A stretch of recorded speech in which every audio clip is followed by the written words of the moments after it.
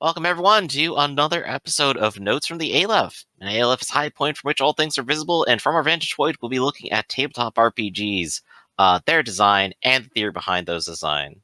Around here, our motto is to be fair, build up, and have fun. I'm your host, GriffinVarro, joined by your editor, Theta, our local designer, Norman Rafferty, and our good friend and GM, Lessons Learned. RedRabbit will not be joining us today, unfortunately. When it comes to tabletop role-playing games, I have 15 years of experience starting, playing, and frequently fixing problematic rule sets at the table. Pronouns are he, him, they, them. Rafferty, you're up. Hello, world. I'm Norman Rafferty, he, him. I work for Sanguine Games. For the last 20 years or so, we've been making stuff like Iron Claw and Myriad Song and Vital Hearts and Urban Jungle and a bunch of games because we're angry at existing games. So just make us so mad, we had to make our own. And Lessons, go ahead and introduce Lessons Learned, he, him, have a YouTube channel also called Lessons Learned and a Twitch channel, which is Lessons Learned 1. I'm also a author. I have a collection of short stories, science fiction and fantasy stories over at Amazon, Night and Stars, and I'm also working on multiple projects, which will start up again as soon as I rebuild my entire hard drive and everything I dumped out of desperation. But they're there, you gotta, I usually joke about cloud gaming and cloud computing, but having stuff where it's beyond the reach of a infuriated computer user who's bound to press the wrong button is always a good idea. Alrighty then. So, I guess let's go ahead and get on to our subject for today. So, I think to start out with, there are a lot of amazing ideas out there for tabletop role-playing games, don't you guys think? Like, creators aren't really lacking in creativity when it comes to making games, but often there's the devil in the details, and as cool or as fun as concepts are, they're often muddled by poor design and a broken system. So today we'll be expressing some of our disappointments on games that promise but don't deliver. And Rafferty, I know you have a bone to pick with how many systems is it now? So a long time ago, I worked for a magazine called Shadis Magazine. And I had a running cartoon in there called The Adventures of Joe Gennaro. And Joe Gennaro started as a cartoon joke, which is, okay, so every game has like back then you had simulationism. Every game has like the 0 level NPC. They have a normal person. If you had to fight a normal person, what would that be like? And so we would just do this joke of, we would just ask a question like, how fast does a normal person run? Or how many, bullets does it take to deplete all of his hit points and all that sort of thing. And so we would, and the weird part was all the wildly different answers you would get from different role-playing about this question, like falling damage. Like how far a fall does it take to kill a normal person? In a game like GURPS, it was about 35 feet on average, which was, okay, 35 foot, that sounds about reasonable. In D&D, it was 9 feet because an average human being only has like 1 or 2 hit points. If they fall 10 feet, they die instantly, but if they fall 9 feet, whatever. Be careful with the ladder. We would get all these bizarre different answers for different role-playing. And it was a thought exercise of like, sure, why are they all different? Today games aren't as simulation born as they are. Today a lot of people are like, you have a players first philosophy. But we were starting to get into the questions of like the people who wrote these games, did they ever sit down and ask these questions, or they just go ahead and put a bunch of numbers in the book? And you would get into another secondary problem where after the numbers were in the book, you then get people defending. Like a big game that everybody shat upon was Dungeons and Dragons 2nd edition. To read the designer's notes and the commentary around 2nd edition is a bunch of people talking about how terrible it was, despite the fact that D&D 2nd edition was one of the biggest games. I mean, it presides over the Forgotten Realms and the Dragonlance genre. And it was huge. So why do people hate it so much? It's the foundation of Baldur's Gate. I heard you guys saying Baldur's Gate. Oh, I especially loved having characters explode into critical hit giblets that could never be revived. That was my favorite. Right. Well, and that's a different discussion because there's no critical hits in D&D. It's it was this. I'm glad today we have a word for it. Today the word is ludonarrative dissonance, which is the idea that what's going on in the game is somehow different from what's going on in the story. And Mhm. today, when that comes up in video game discourse, people get mad about it. They ask questions like, I'm sitting here with a loaded gun. Why do I have to watch this cutscene? Mhm. Why would this play out this way? I'm sitting on all this ultimate power, or I was able to do this earlier. Why can't I do this now? Like people making fun of a Final Fantasy game. Someone, Mhm. the bad guy just shows up and waves their hand, and we all lose all our hit points. It's like, what? Wait, what? I blew up the Mhm. Earth twice in the previous fight. Aerith is dead. Oh no, if only we didn't have an entire bag full of healing devices, Yep. So that kind of thing doesn't hang around as much anymore. Period. New sentence. I hate BattleTech. Here we go. The moment we've all been waiting for. So, It's BattleTech is baffling to me. That if you go read the BattleTech novel, like there's so much lore, but if you read all the novels, there's all this stuff that happens in the novels that's impossible to happen in the. Plus, also, Mhm. like I said, there was a second system effect. Something happened to gamers where they said, giant robots should not be fun. They should be slow and tedious and laborious and annoying. Because if they were fun, then the game wouldn't be. And Mhm. that's one thing I've never really understood. It's so bizarre. Hmm. Um, I think with looking at the history of BattleTech, because I do like the universe. Ironically, one of my favorite and least favorite recollections of BattleTech is in the novels. One by Michael Stackpole, who some people might know both computer design and also tabletop game design. guy. Yeah, and he's pretty good. But when he described the battles between the giant robots, he went by what in writing is called a blow by blow, right? Like if you're describing an old fashioned, a fist fight, right? And but that works well when you're in the moment and people are hearing it, watching it live. But when you're reading a book, 3 pages about how this laser beam cut in this slice of metal and that missile went over the head, and it's like these guys just sort of shooting each other like rock and sock robots. You're like, nothing's really happening here. I'm literally watching the dice rolls and seeing how much hit points are taken from this part and whether I scored critical or the pilot has to make a balance roll to say if they fall down and die or something. That's what he's describing, which has nothing to do with giant robots actually being fun. Like Rafferty said, moving and shooting. Like if you play a Mech Warrior game, those machines move very fast, Oh right? no, they And don't. missiles are flying. Well, they can move faster, but they relatively move fast to I what mean, they're compared in the. there's a great Let's Play that to show off of somebody where they're showing how the mechs merely moving the mech causes heat and causes it to overheat, and the other two people who are 20-year-olds who've never seen this game before are just laughing, saying, "Why would you ever play this?" Well, it depends on the Mech Warrior. I think. Well, I also played Mech Assault, which was more arcadey as well, so it had more faster I mean, movement. there's Depends on the also game you're playing. several incarnations. Iterations, yeah. I will But grant you he, that the farther the video games get away from the role playing game, the more fun Mhm. they become. Which is a different question I always have, which is like, if the video game has to ditch everything about the role playing game, isn't that a sign that maybe the role playing game isn't fun? But I think ultimately RedRabbit is not even a role playing. It's just a tactical game, right? It has role playing elements because you play mercenaries and you have to do all these things. But really, it's just your robot, essentially your tank, a light tank, a medium tank, a heavy tank, or a very heavy tank fighting other tanks. It's a tank simulator with legs, right? Well, That's what they're going for. that right there is kind of the first problem, because Yeah. this also gets weird because I'll start bringing up this. This is also one of the another weird thing that comes up is I'll start bringing up mecha anime, and I know some Hmm. people are going to get in the comments and say BattleTech's not like mecha anime, which is a weird flex.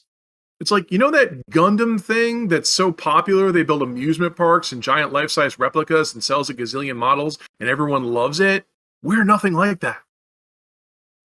Which is You know, weird again because that's how BattleTech started as Battle Droid. It literally started that way. They bought we designs from taking stuff Orgus from and Macross. Macross, and they literally put them in their art. In fact, the cover art for the first box of both Battle Droid and BattleTech which was the same one. They just changed the name. It's this destroyer.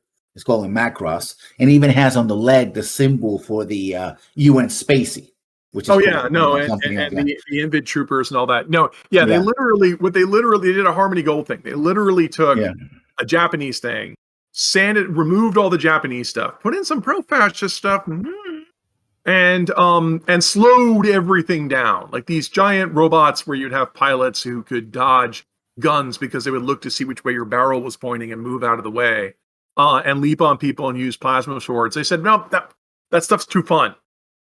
And took all of it out and made all of the mecha. I can never get over how slow mecha are in mecha combat games. Like they are literally moving slower than World War II vehicles. It's the weirdest kind of gear porn I've ever seen, where someone like looked at Tom Clancy and said, "No, what if Tom Clancy was worse?" Right. And I think like when you look at it, it's like they're clearly going like, well, how do we make this work? Because, they can't be worse than tanks, but instead of like exploring that, they just simulated it as like, how does a big machine work? And then just say it works. Well, they just picked numbers that allowed them to have a certain scale they wanted.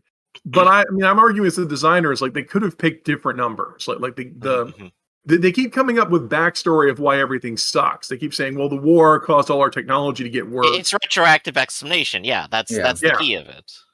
Right. And then that's very key in a lot of FASA designs. Battletech came from FASA, and FASA is a lot of writing a crappy game and then coming up with backstory of why it's crappy, which is weird because you'd think that a lot of games would be, what would be a really cool, fun thing to do?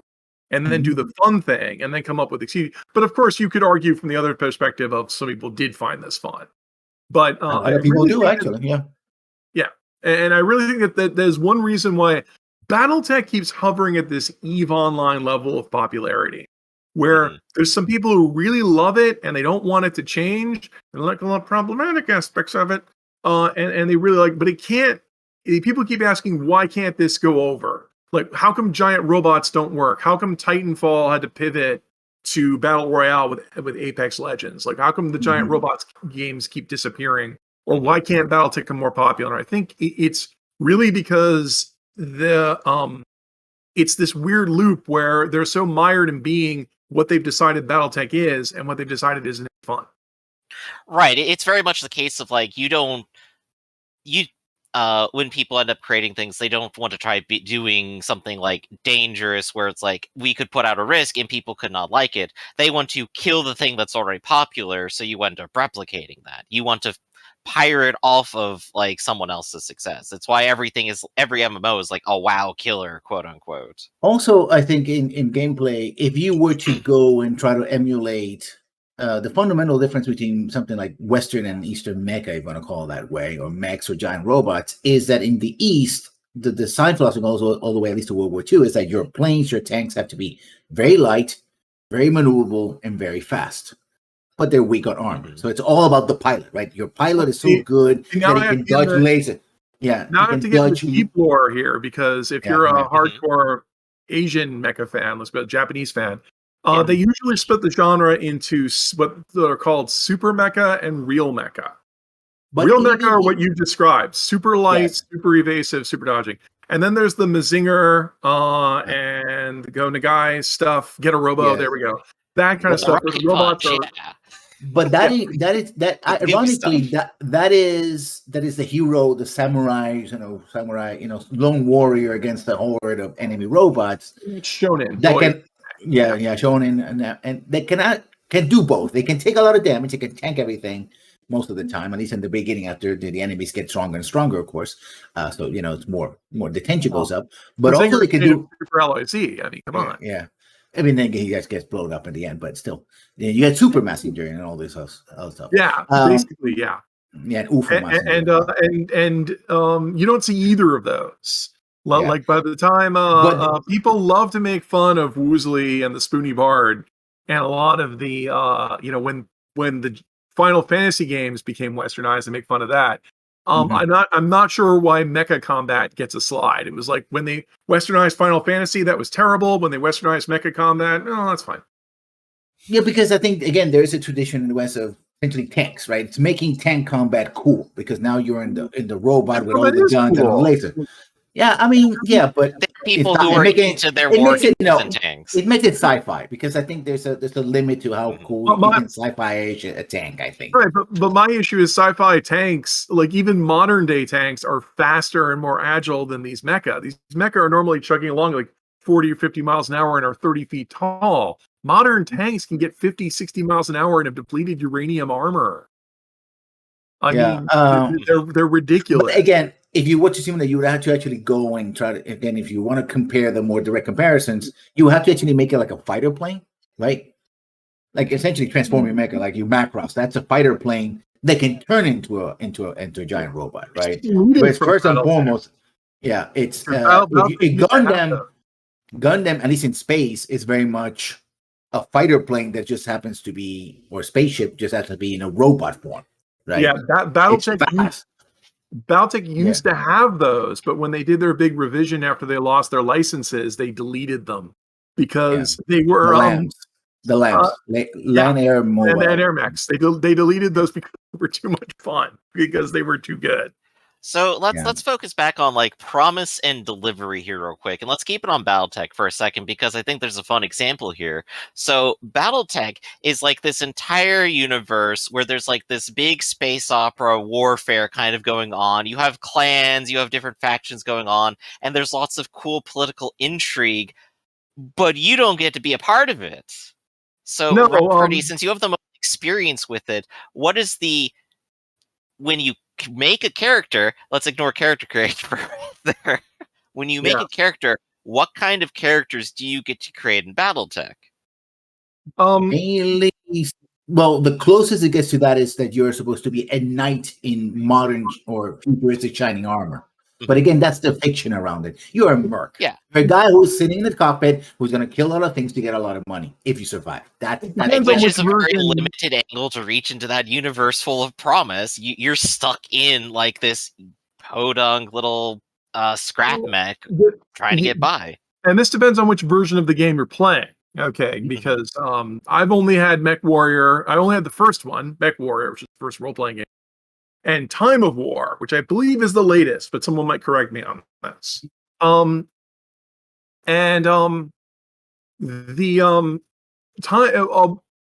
of those assume that you were just some random mercenary who wandered in off the street. You could be from anyone you wanted, and that's a huge problem with a lot of like role-playing games. Like with the vampire game, the idea that you belong to any random clan you want or just palling around with everyone, it works. It's one of the few games where that kind of motif works because it's like, yeah, it's the modern world, so we could have been from anywhere. The only thing that keeps us together is we're all vampires, so we all have to work together, so we're all obligated. But other than that, it's still the modern world. But there's a bunch of other role-playing games that kind of take the tack of you could just be from anywhere. You're just wandering off the street. That it doesn't quite work. And BattleTech is one of them because it's supposed to be a military setting. I guess in theory you could be from anywhere, but then there was a reason why we recruited you. Now, if it was an anime show or like an action adventure show, it would be that we recruited you because you were amazing. You're like the best of the best. You're an amazing mecha pilot, and we need you for our elite unit because the Angels Third Impact is coming and destroy the world. So we need you because, well, that's a bad example because people are going to tell me, moving on. Or the other reason, it's more an example of the giant, samurai robot kind of thing. Back then it was designed around that, yeah. Either it's because you are special and have all these amazing abilities that could actually do it, or we're in a desperate situation and even we recruited you first level randomly generated scrub because you're all we have available. And a lot of role-playing games would take the tack of, we can't make it too easy on you. Everything has to be difficult from day one, and your first 3 characters have to die before you get a 4th character that's any viable.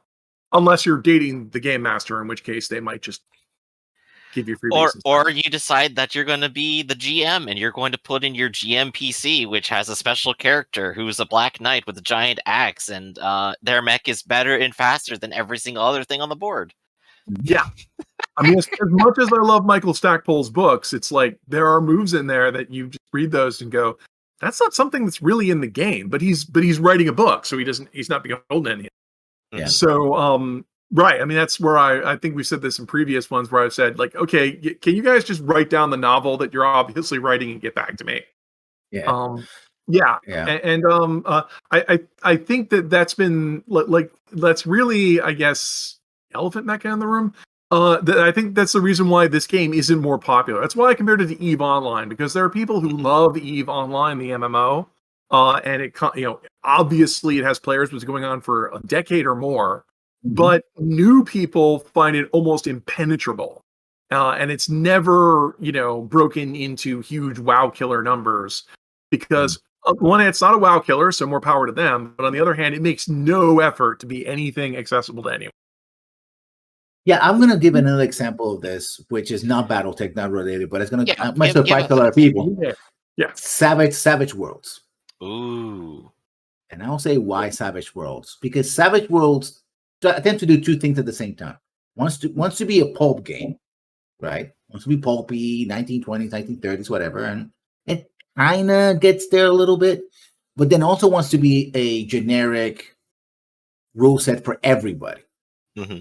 So either you, and we talked about this before, like no games are generic. So either you drill down and say, I'm going to make like, I don't know, a mystery mystery 1930s or action adventure 1930s, or you go for the more of Forge in the Dark, Powered by the Apocalypse, where it's like, yes, I have a game that's an example of this, but my rule set can be hacked into whatever it is that you want to hack within reason, right? And I think another issue I brought up with Savage Worlds, because my games get compared to it a lot, is the Cardinal games we make, like Iron Claw, Myriad Song, specifically have your dice cap out. You can't get bigger than D12. Whereas Savage Worlds has rolling D12. When you roll your highest number, it's open-ended. So if you roll a 6, you get to roll again. And after you get to D12, it's D12 plus 2, D12 plus 4, D12 plus 6. Yeah. And that sounds good on paper, but then you run into this problem. Like you said, it's supposed to be a pulp game where we're pulp heroes. But then they wanted to make sure that the bad guys, like monsters and adversaries you ran into, were real adversaries. So they gave them high target numbers. You have to roll really high to hit them, and you have to roll really high to hurt them.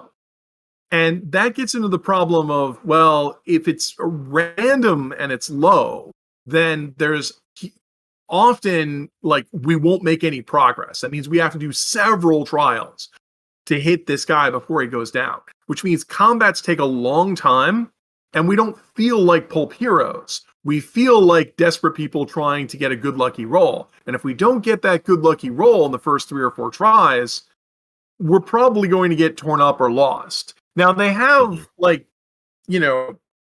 points you can spend to modify the rolls. Do they still charge those as experience points? I'm blurring the different versions together. They don't still make your story points your experience points, right? No, I don't think so. I think they they got rid of that because that was good.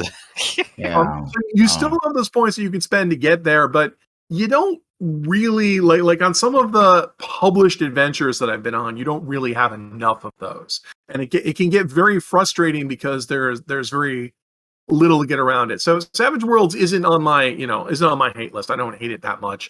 I don't. But I think it's. I agree with you that it's got that problem where, because they want to they want to be a pulp action game. Like they want to promise you that you're going to be an awesome hero, but unfortunately, a lot of the opposition you run into is just too spongy. It takes too long to take any enemy down. Period. Mm-hmm.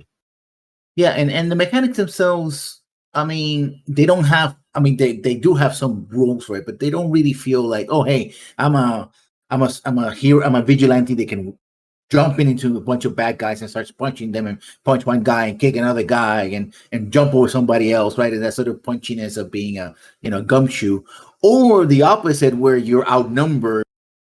It's hard to fight anybody, so you have to outthink people. Because that's another thing about pulp that people tend to forget, is that usually the heroes either can punch their way out of things, but they can also switch back to being outsmarting the bad guys, right? Well, that gets into a huge design issue of picking your battles, which is something I'd love to discuss sometime.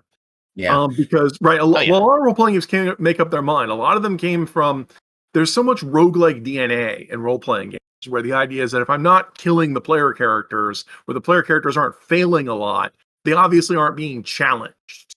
And so yeah, you run into this where the difficulty numbers are too high, everything is too terrible, everything is a slog. A good GM is supposed to figure out that this stuff is impossible and thus lie to the players and say, oh good, the villain suddenly died. Like lie about their hit points and make the stuff end on time. Which is fine if players don't know rules. Because the thing about pulp is it's so much that we know the hero can go to the bad guy and punch him in the face. It's that the bad guy has a hostage. It's the bad guy has a bomb. But you have to think outside the box.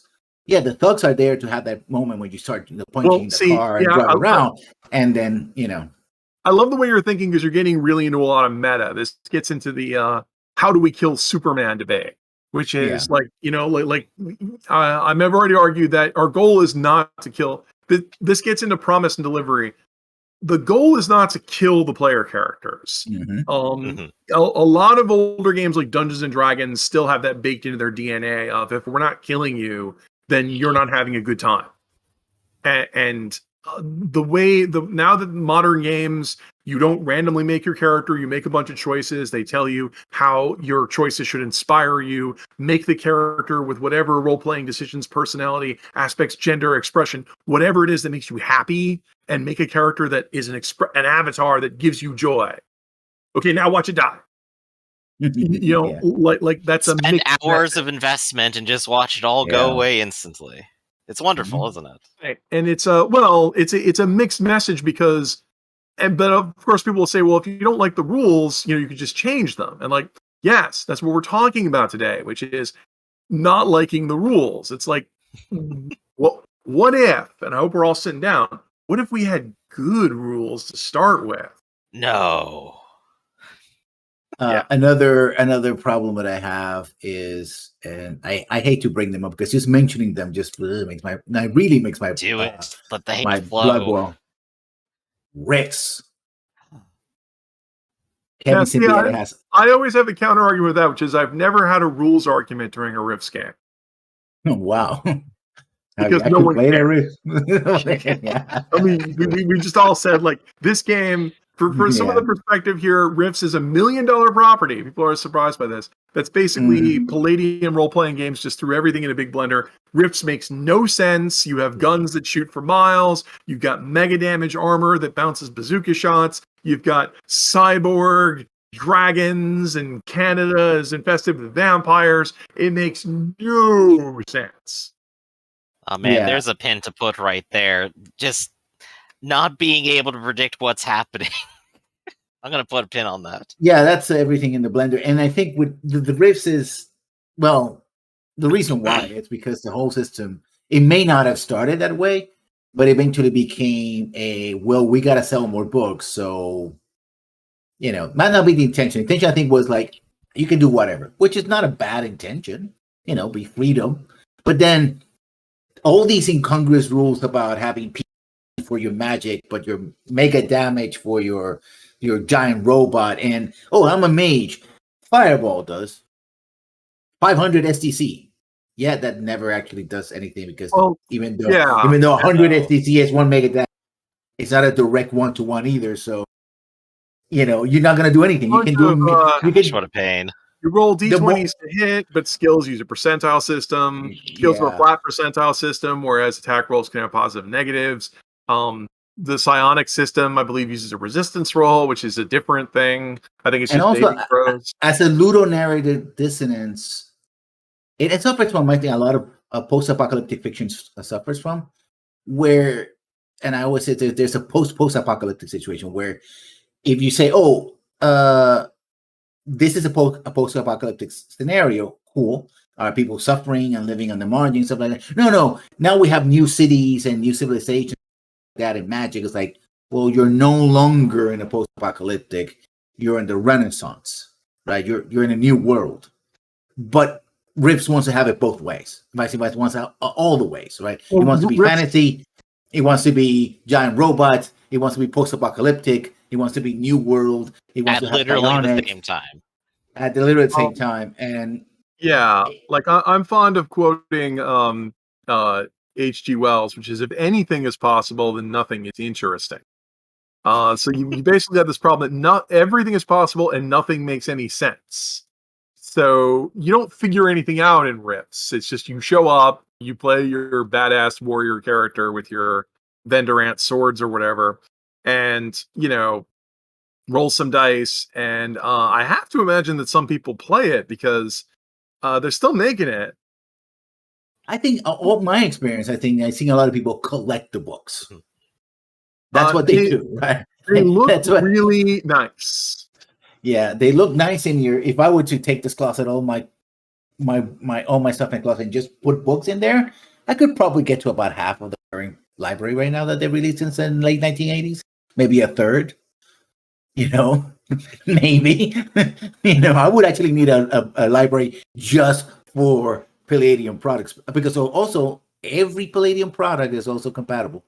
People I complain about third edition, but everything's supposed they're to be compatible in the way they don't make any sense. Yeah. So yeah. I mean, technically you could take a mercenary, spies, and private eyes character and throw them into Rifts. Good luck surviving mega damage. So yeah. No, it doesn't fulfill. I guess it makes all the promises and therefore fulfills none. Oof. Yeah. I have to imagine like Rifts. Man, now I almost want to stream a Rifts game because it's like, it's the ultimately streamable game because it's like, anything can happen at any time. So it's like, I'm gonna predict things. Everybody's gonna go like, oh yeah, all the time. I want to do this. Okay, go, and nobody's gonna question anything, or everybody's gonna be slack-jawed going like,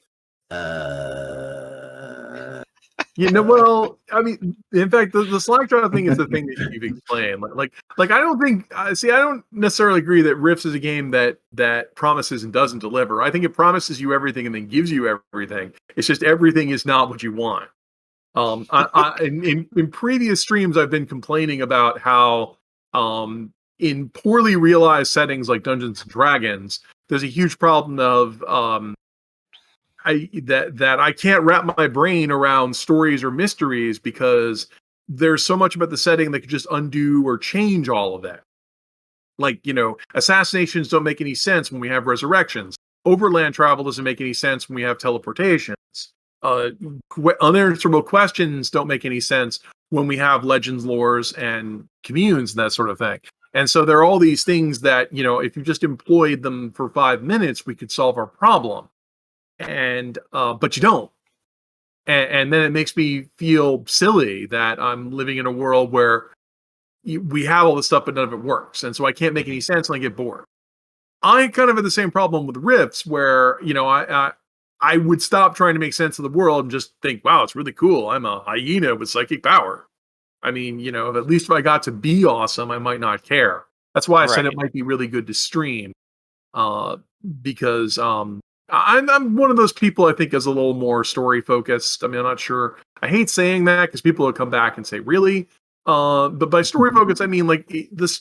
I want to feel like I'm a character in a story where I'm a protagonist and my choices matter.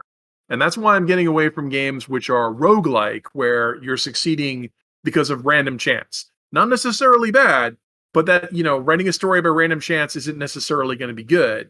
And I also want to get away from games where anything happens, where they're linear and everything happens because a story wills it. If we're just passively wandering along and observing the story that's happening to us, like we're the Arthur Dents of these stories, then, we're not really protagonists. We're not really insiders of action. Yeah, and I think now you talk about Arthur Dents, there's two, at least for me, my position. I want people to make the counter argument here. In more broader genres, games that promise to be either comedic or horror based, at least for me, they kind of fail almost always there to deliver. Because either mostly I'm not scared unless I'm going to lose my character. Either going to be scared or annoyed because I got railroaded to facing a dark god and rolling a die to see how thoroughly I have to change my pants, and that's it. And that's what happens to my character, but not me. I'm not scared.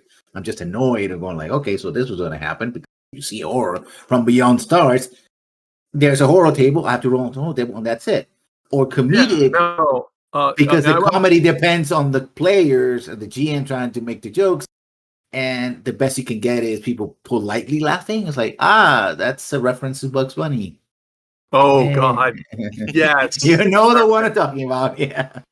Yeah, or in general, what I've been calling, because so everybody can like say Rafferty has no sense of humor. In general, what I call Deadpool humor, which is just references that have nothing to do with anything. LOL random. But I mean, I have two related things to that. Like, first of all, like I've already speaking of promises doesn't deliver. I was pleased to see that people were critical of the Call of Cthulhu role-playing game, even when it first came out in the 1980s, because its basic theory of you have a gas tank labeled sanity, and every time you experience something in the game, this gas tank depletes. And when you finally experience enough in the game, your character has to retire because they've gone mad. And a lot of people were, thought that's not really how horror works. And it's also got a problem in the game where you've got lots of jokes about people who just show up and shoot everything, never ask questions, and just, plow through everything because there's enough meta that you can you can blow past that. It's not really horror if you know what you're dealing with and you can just shoot it anyway. At that point, it's fiction, right? We live in 2020 or 2021. Whatever year this is now. We're not, human extinction is not an unthinkable concept anymore. I'm sad to say that the idea that apocalyptic is a genre now. Back when Call of Cthulhu was written, there wasn't an apocalyptic genre. There were isolated stories. It's not like you could, look up the keyword apocalypse and find gazillions of books or entire franchises like Fallout and Mad Max based off of it. So, the idea that we could all be wiped out is not horrifying in and of itself. Which is why I think like games that somehow traffic on the idea and it was an alien are missing the point. Yeah. And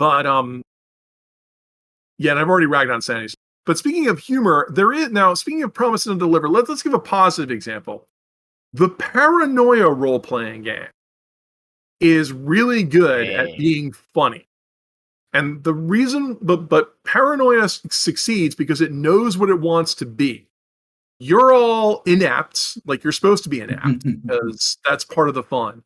So you can't just like solve all your problems just by turning around shooting everyone. Like if you were in a D&D evil party, one of you might be an assassin or a wizard with Phantasmal Killer and just be able to turn around and wipe everyone out in one fell swoop. Just one fireball would take everyone out. That's why in Paranoia, your combat skills are so inept that if you wanted to bump off another team member because you were supposed to or because it'll make your cover story better, your odds of pulling it off are extremely low. So you have to go through a lot of convolutions to get there, and you also will do a lot of microaggressions of setting each other up to fail. And it also helps that the missions are set up in such a way that they give you like clones, so they expect you to die like 5 or 6 times during the mission. So, and that's where the strength of the game works in its favor. I maintain that Paranoia was written because people were playing D&D. In the era I was, where there were these, done like Tomb of Horror. There's worse dungeons than Tomb of Horror that just had these nonsense traps that would kill you. That you, after Unearthed Arcana came out for first edition, you had evil player characters. So everyone wrote evil on their sheet and got superpowers for being evil. There were already people fighting over who got the best items and were being jerks to each other. Many of us were teenage boys, the worst humans on the planet. True. So we were doing terrible things. And Paranoia was just, what if we applied like a Stanislaw Lem, Logan's Run type appeal to it? And Paranoia, I think, works very well for what it's supposed to be. But of course, now it's got the side effect problem that EVE Online has, which is you can't play a campaign of Paranoia. You can play one adventure of Paranoia maybe a year. You can play it with people at a convention with strangers you've never met. Way better than you can play it at home with your friends. It's a palate cleanser, basically. But I think you do make a good point. Playing, Like it is based on the inherent absurdity of the designs that were going on at the time. Where if you step back and look at them, and go, "This is silly. This is goofy. This is crazy." and then you just lean into it because people are already making fun of it. And I think that's how a lot of media content sometimes gets made, where people are making fun of something that already exists, and then you just kind of make a production where you join in on that. Yeah, well, I think that can work. It does a lot often. It's what I've been talking about with performative play. Like, a lot of paranoia is making everyone else at the table crack up hysterically. It's not about making progress towards a goal. I mean, often it doesn't really matter in paranoia. And it's not about improving your character. You're not going to last that long. Mhm. Yeah, I mean, it also plays, like you said, it plays to the tendencies of the players back then and even today. It's like, oh, you want to be. It's like a lot of people board games, especially the ones that jerk board games, as I like to call them, which pit players against each other. Yeah. So if you give it an incentive to backstab people, they will take it because the rules say, go ahead. You actually are going to, this is what the game is all about. Either you get ahead, or you at least survive more than one scene if you get to kill the other guy before you.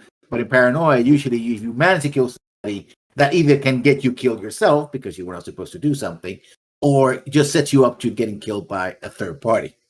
Like, I remember one guy who simply died when he killed somebody, and the pod that was going to deliver his clone, landed on the murderer's head and killed him.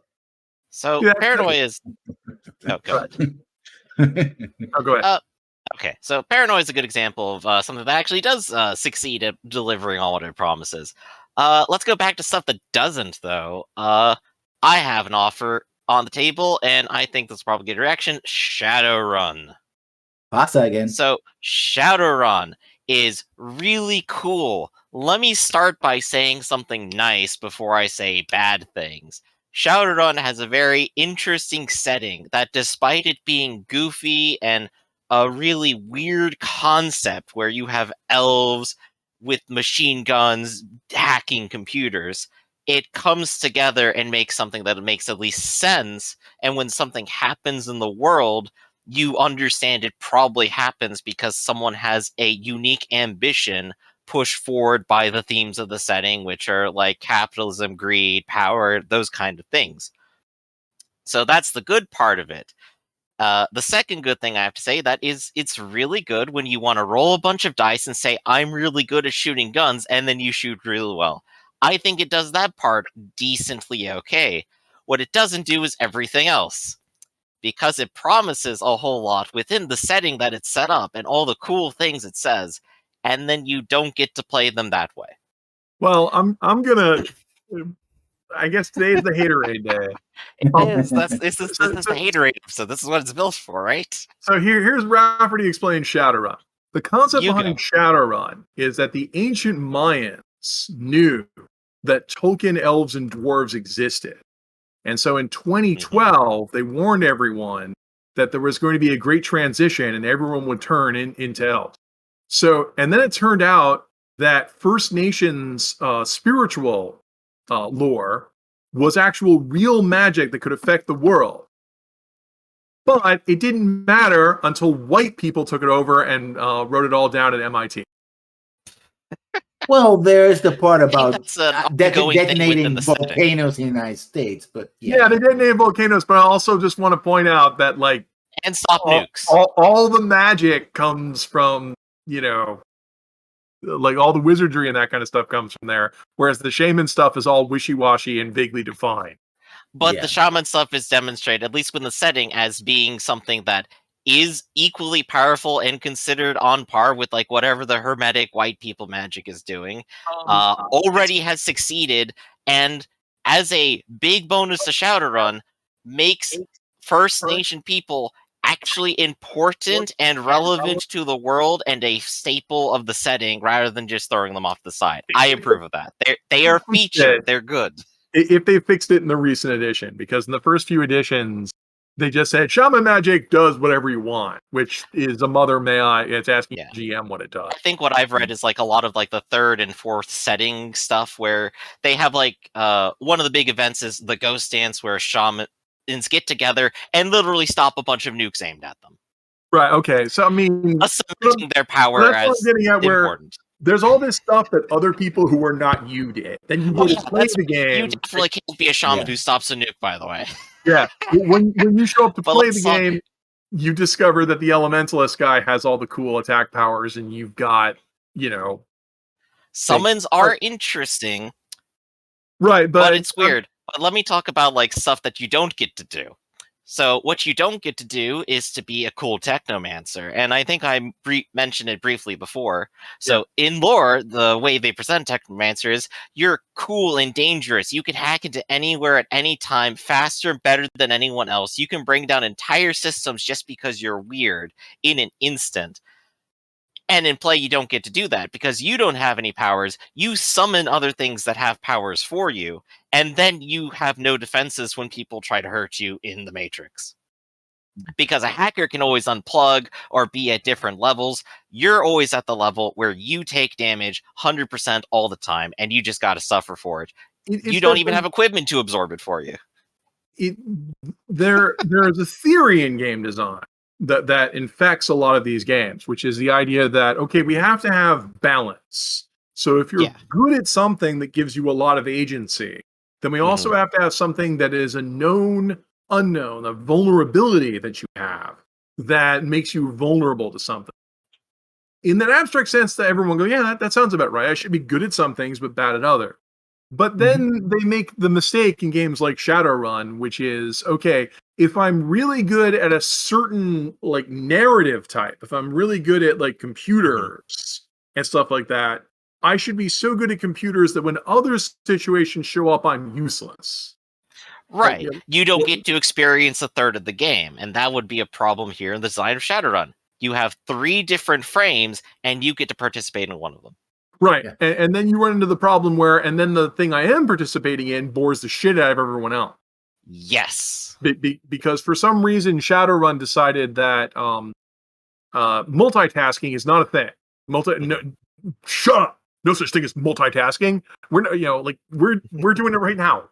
I've got so many windows. I will also say something about Shadowrun, which is also about intent, is that if you look, for example, at this is one way to see the author's intent, the writer's, the designer intents, it's what they reward.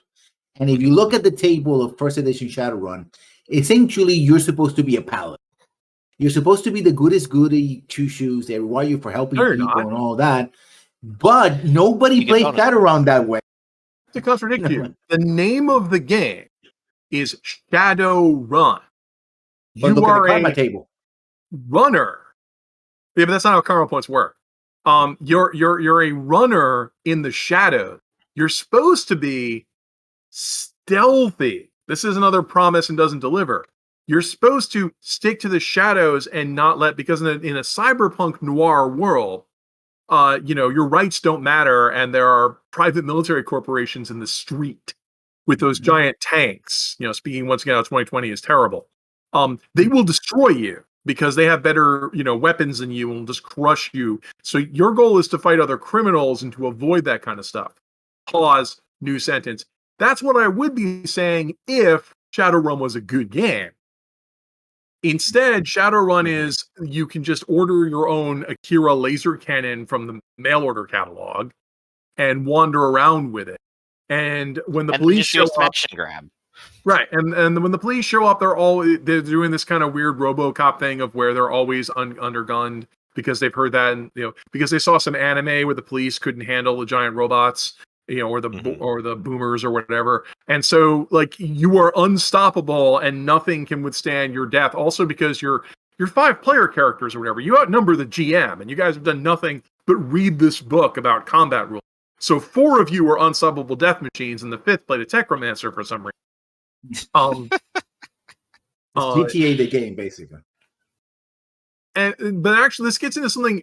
GTA, as a good game, knew that you'd want to go nuts. So GTA added something that was really clever, which was the badge system that they've got in the corner that tells you if you're acquiring too much attention, here's your attention meter.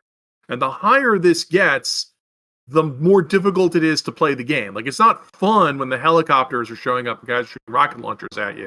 That might be fun the first time, but after a while it just gets annoying. It's in your way. and you want to do stuff. So they make you go to a safe house or a paint job place and quickly rescan. It's not much, but it's more than what Shadowrun does. So Like I think Shadowrun doesn't have any system for heat or reputation or anything like that. a teeny tiny bit, but definitely not enough. I'd like to go ahead and at this point go ahead and pluck out the pin I put in earlier, where you described a scenario where, yeah, he has armor on and the bazooka comes, and so he bounces it off his chest armor for some reason, and everyone just nods and goes, "Yeah, sure, that's exactly how it goes," because they don't really know what to expect. That's Shadowrun right there, except from the perspective of every character in that universe, where you have no idea what to expect or prepare, so you're always going to be a pack of goons. You're never going to have anything that comes close to like understanding the world. And only the players are allowed to, because they, like you said, they read all those books. Well, and even if they did read all those books, like the Aaron Olson aphorism of any poorly explained universe might as well be magic. Like if the bad guys can be anything, if they could be a secret cult of bug aliens that control people's minds, actual Shadowrun adventure, you know, then if it could be anything, it doesn't matter, because we get back to what I called hammer theory, which was, I don't care what the bad guy is.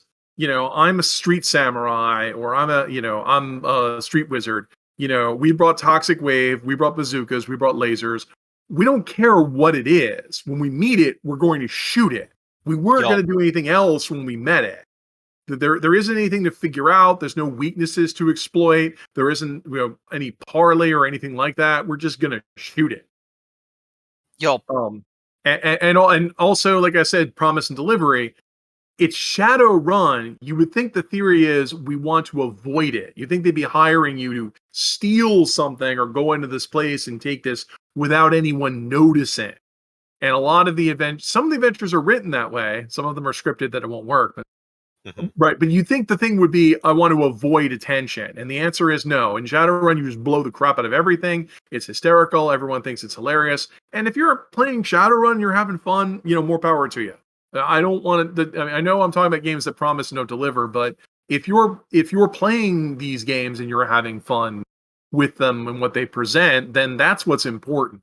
I mean, we're game designers. We're annoyed that Yeah, I think in many ways that's ultimately the takeaway from this, is that in many ways you do have fun in spite of what the game tells you that they're promising, right? Like I was promised that when I showed up at Fortnite, we would be building fortifications and doing tower defense. So if I show up and complain that we're doing battle royale, I'm the goofball. All right, then. So any sort of concluding remarks on all of this presentation and expectation? What do you got?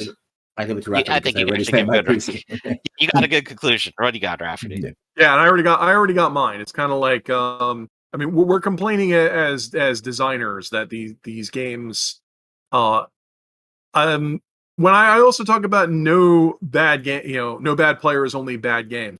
The real crux of all of this is there's a problem where you lure somebody, you promise someone we're going to play a game, and they immediately become confused that the delivered experience isn't what they were promised. Like Dungeons and Dragons being, it's a world of adventure and you can be anything you want. And by the way, you can't throw fireballs, it's not for 5th levels. And I'm sorry, the Hobgoblin killed you in a single hit. It's like, maybe your good GM will hand wave over that, but we should be asking the questions is, if these games are promising things, but then we have to keep fixing them ourselves to make them deliver, then we should start asking questions of like, what was up with the game in the first place? How did we get to like 6th edition of this game and it still doesn't do what we want? Pretty much. All right, then. I think on that note, that's going to be it for this episode of Notes from the Aleph. We stream bi-weekly Fridays at 2 p.m. Eastern Standard Time, and you can come join us live on twitch.tv/Ractus.